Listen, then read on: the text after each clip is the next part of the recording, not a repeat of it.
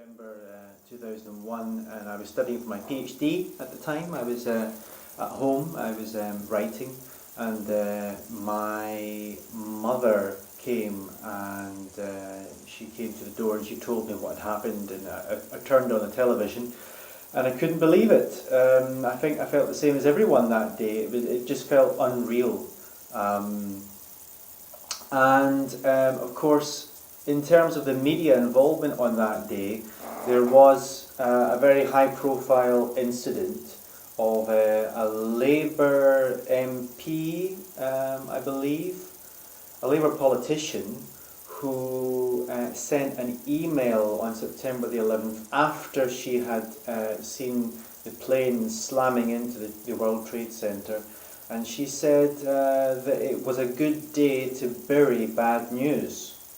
So the Labour government had some bad news that they wanted to tell to the press at the time, and she was making the observation that because there was so much media coverage of the Twin Towers, that their news would be buried, their bad news would be buried amongst all the images.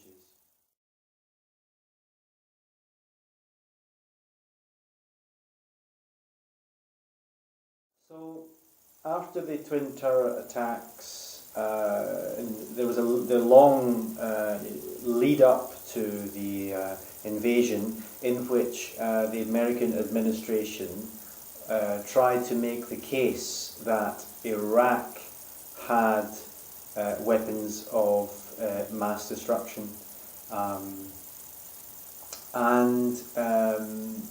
remember during this period on television there was a particular news channel in America called Fox News. The Fox News is to the right of the political spectrum, on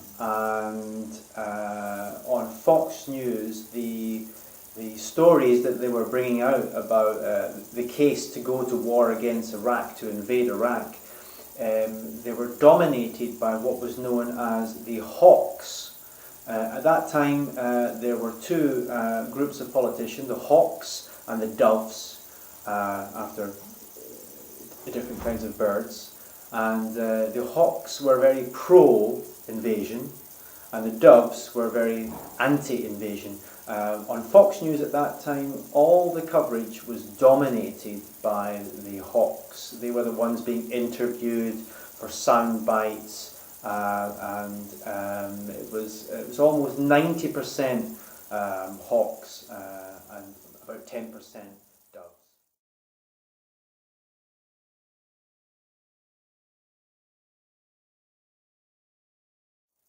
So during the war with Iraq, there was a number of words which entered the English language, which weren't around before the war. I'm thinking especially of a word, surgical strike.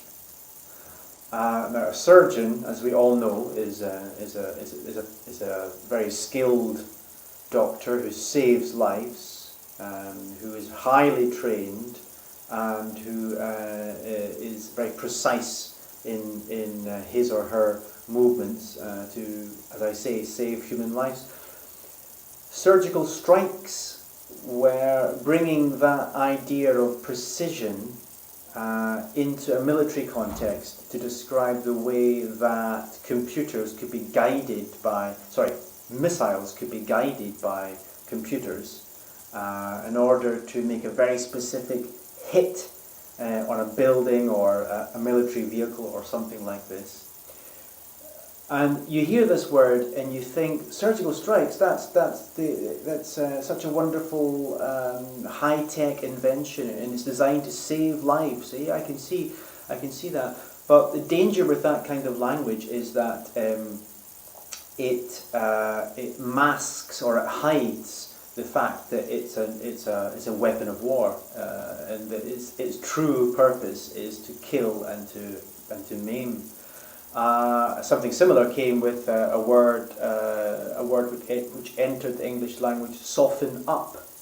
Now, soften up, in its original meaning, means that you want a favour from someone, so you spend some time flattering them, you make them feel beautiful, you make them feel important, you tell them how wonderful they are, in order to get something in return from them. So that phase of telling them something wonderful is called softening up.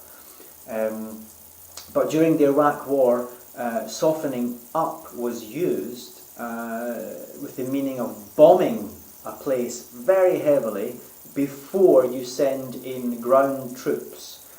So again, you have a complete turnaround in the meaning. What you have on the surface is a very positive meaning, and it's masking or hiding that the more sinister or destructive meaning